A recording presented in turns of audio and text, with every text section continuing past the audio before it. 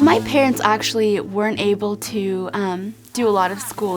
They love Mexico, you know, I mean, their whole life was there.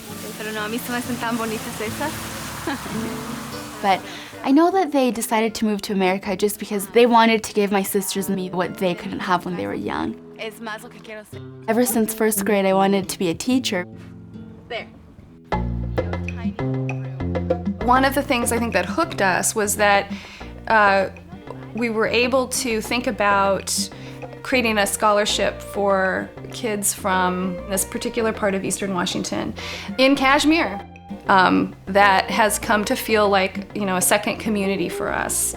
And we decided to limit our scholarships just to Latino students in the Wenatchee Valley. You have this feeling when you work with CSF that you're working with a very thoughtful and also very collaborative organization. And Barry, who, though he personally is really funny and all that sort of stuff, he takes what he does really seriously. We did a field trip out to Eastern Washington one beautiful day, and we made able to make some connections with school district officials and principals, and actually met Ruby on one of those field trips. Julie and Jabe are they're really, really nice people, and they're very organized, and they were excited for me, and they definitely asked a lot of questions.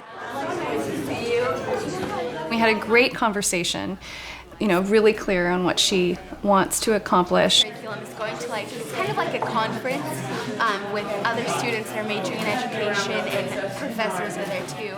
And I also talked about the kind of person that I wanted to become, and I talked about my grandmother a lot. My grandma's so cute. She's kind of like the core of our family.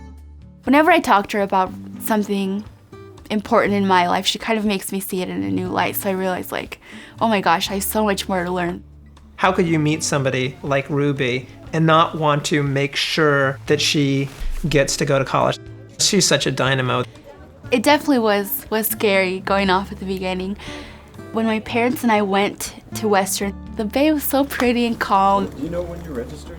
All day, everyone had been really welcoming, and I felt really good about the professors that I'd met. And it just felt right, I think, in that moment. It just felt right. I'm learning a lot, and not just from classes, but just the people that you meet. I like to be involved as much as I can. I don't want to go in there just halfway, and that's what Leadership 1000 makes me think of. I just feel really happy to be able to represent them, represent the scholarship.